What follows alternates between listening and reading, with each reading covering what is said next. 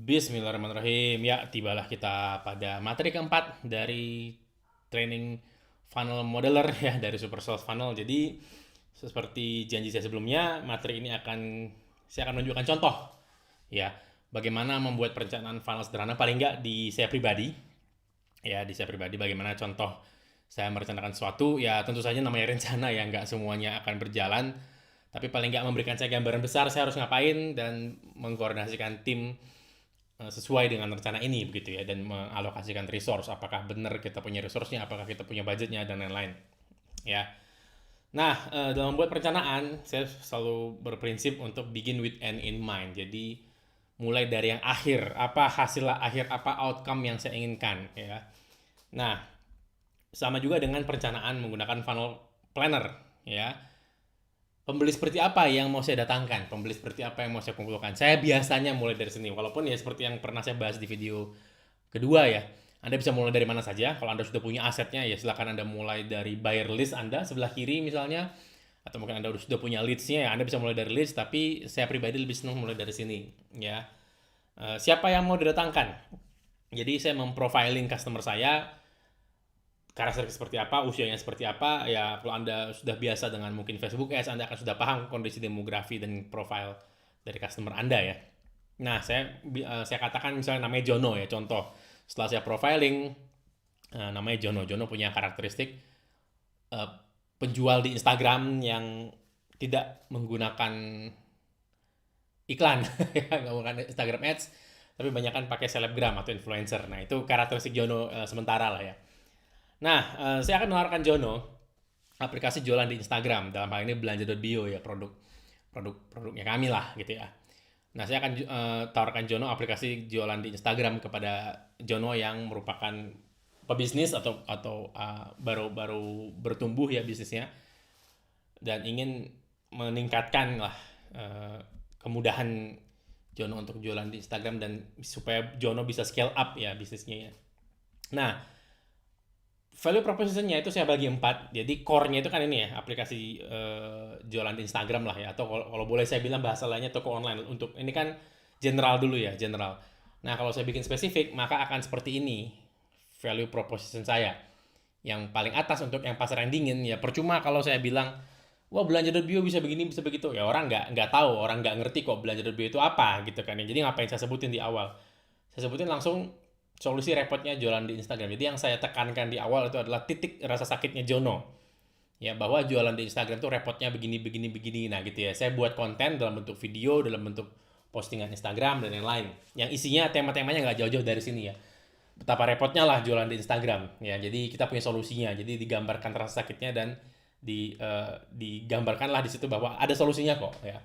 Nah, jika nanti berhasil, Jono menikmati konten kita ini, dia akan tertawarin webinar Instagram Ads karena kan ya Jono berpikir wah gimana caranya scale up ya seperti saya katakan di awal tadi Jono ini kan pebisnis yang lagi mau scale up ya mungkin belum pernah ngiklan sebelumnya oke ya udah kita kasih tahu cara ngiklan gimana di Instagram Ads ya dan setelah dia nonton webinarnya kita akan kasih tahu bahwa kita punya toko online di Instagram yang kalau dikombinasikan dengan Instagram Ads dalam hal ini misalnya profile visit ya objektifnya maka akan jadi sesuatu yang menarik gitu, akan jadi sesuatu yang bagus, akan jadi sesuatu yang meningkatkan bisnisnya si Jono gitu loh ya. Nah, lalu setelah Jono membeli aplikasi kita tawarkan untuk membangun platform bisnis mandiri yang dimana ini isinya menggabungkan antara belanja.bio dan kirim.email, jadi dia bisa mengelola database pelanggannya. Nah, ini gambarannya lah ya. Oke, nah saya akan mulai dari yang cold untuk ya mencari orang seperti Jono ini di mana. Nah, ini 3 pertanyaan yang biasa saya tanyakan ke diri sendiri ya di mana mereka berada, konten seperti apa yang menarik untuk mereka konsumsi, atau offer dan penawaran bagaimana yang akan menarik bagi mereka, ya, atau yang tidak jauh-jauh dari sinilah ya. Nah, kita mulai ya. Anggaplah di sini Jono itu adalah seorang Instagram seller. Jadi cold marketnya itu ya Instagram seller lah gitu ya dengan karakteristik seperti Jono usia 25 sampai 34 misalnya tadi ya bisnisnya lagi scale up. Jadi baru mulai banget mungkin enggak, tapi sudah di titik dia bertumbuh gitu loh ya. Sudah punya mungkin sekitaran 5 ribuan follower begitu ya kira-kira ya. Nah, bagaimana cara mendatangkan orang-orang Instagram seller seperti ini? Sumber traffic untuk awareness yang saya pilih adalah kolaborasi dengan influencer, yaitu menggunakan selebgram. Kenapa? Karena mereka juga menggunakan selebgram. Ya, dan mereka biasa gitu loh dengan memfollow selebgram, berinteraksi dengan selebgram itu biasa ya. Nah, saya tinggal cari selebgram seperti apa yang banyak banyak followernya, itu orang-orang seperti Jono ya, Instagram seller seperti Jono. Ya kemungkinan besar selebgramnya harus seorang pengusaha mungkin ya, yang atau yang banyak di follow pengusaha lah gitu-gitu ya. Bukan pengusaha yang offline, tapi pengusaha yang online, yang usaha-usaha kecil yang sedang bertumbuh, yang di internet lah gitu, internet marketer lah mungkin ya gitu ya. Nah, lendernya kemana? Kita sudah punya value proposition-nya, sudah punya postingan-postingannya, kita sudah bikin video misalnya tentang repotnya jualan di Instagram dan solusinya apa. Kita sudah punya postingan untuk Instagramnya. Berarti lendernya sementara adalah akun Instagram kita itu sendiri. Jadi landing page kita atau pengganti landing page kita adalah akun Instagram kita sendiri, akun Instagram jualan. Jadi si Instagram seller itu harapannya akan mengarahkan traffic ya, maaf si influencer maksud saya, maaf.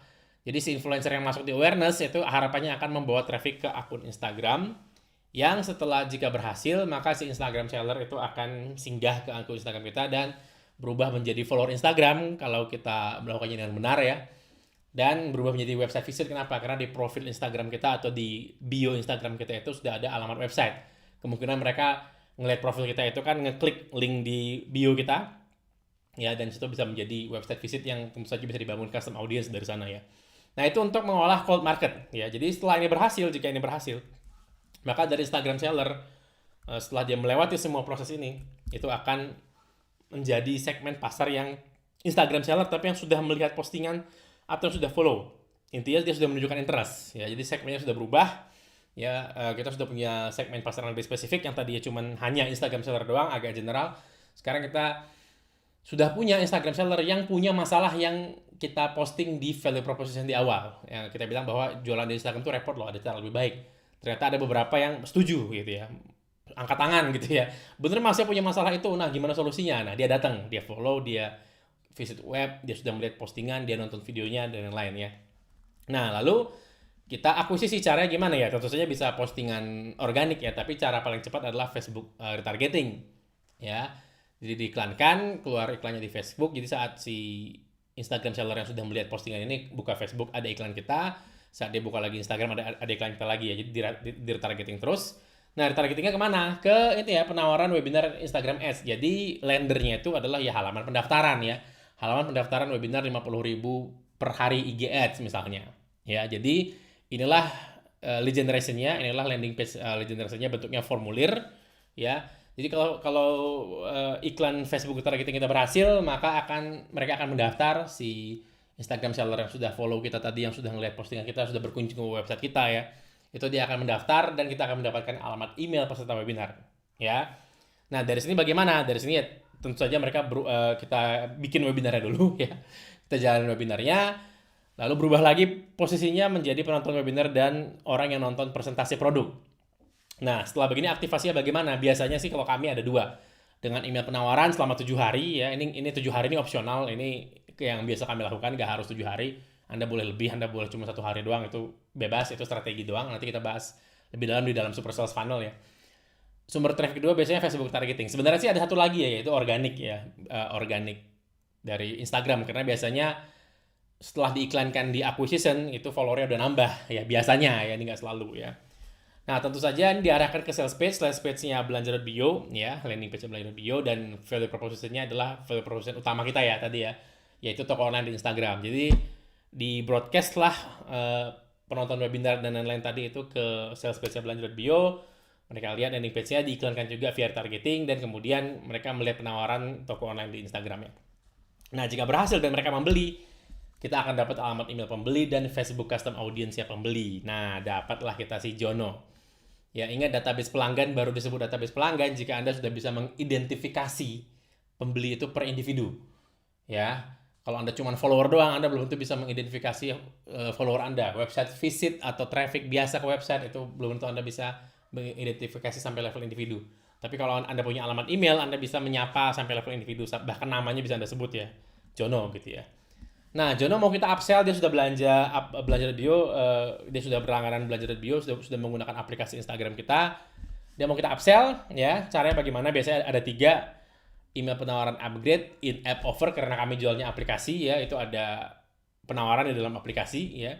Dan retargeting ya lagi nggak jauh-jauh berbeda sama traffic yang sebelumnya ya, yaitu email broadcast dan retargeting. Ya, nggak berbeda dengan sumber traffic activation yang di atasnya. Ya, seperti yang saya katakan pada akhirnya hanya ada email dan pixel.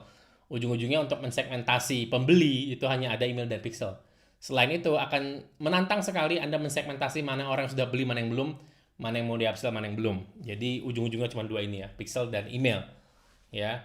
Lalu tawarkan back end offer, penawaran di belakang, ya, penawaran yang mungkin tidak ada di landing page depan, tidak ada di posting di Instagram, tidak ada di posting di Facebook, dia biasanya hanya ditawarkan kepada orang yang sudah membeli, ya. Itu kami menyebutnya back end offer. Ini nggak harus ada ya, ini opsional, tapi di kami ini ada, ya.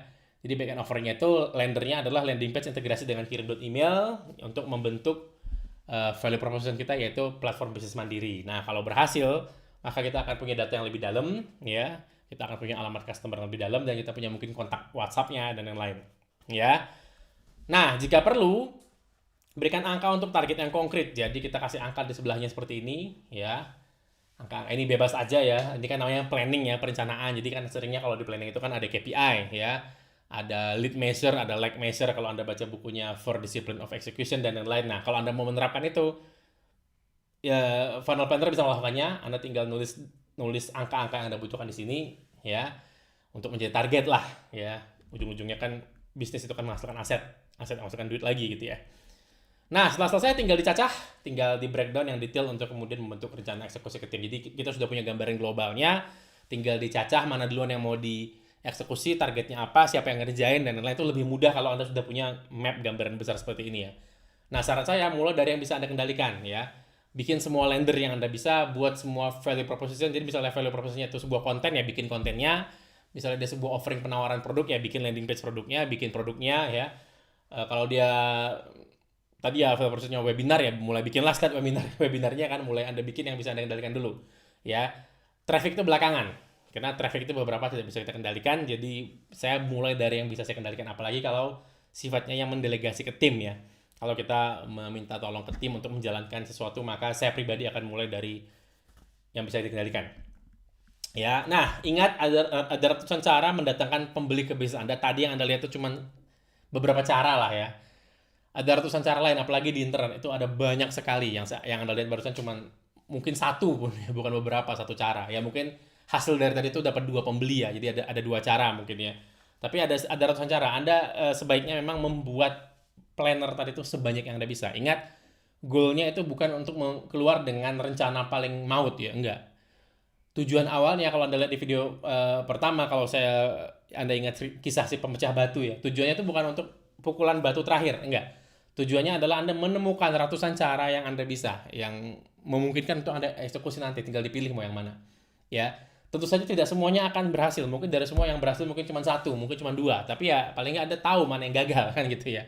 Karena kebanyakan saya lihat begitu ya, bisnis ini punya pebisnis banyak yang punya satu cara untuk profit tapi punya 20 cara untuk boncos. Jadi terus tapi setelah itu dia bingung.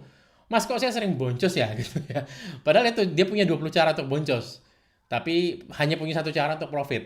Nah, yang ya, lebih sering mana yang dia jalanin ya udah ketebak ya. Dia lebih sering jalanin cara yang boncos gitu loh. Ya, jadi alangkah baiknya Anda tahu ya mana yang gagal, bukan hanya tahu mana yang berhasil. Ya, Anda tahu mana yang berhasil itu udah jelas, itu tujuan kita membuat sebanyak mungkin, tapi alangkah baiknya Anda juga tahu mana yang gagal ya.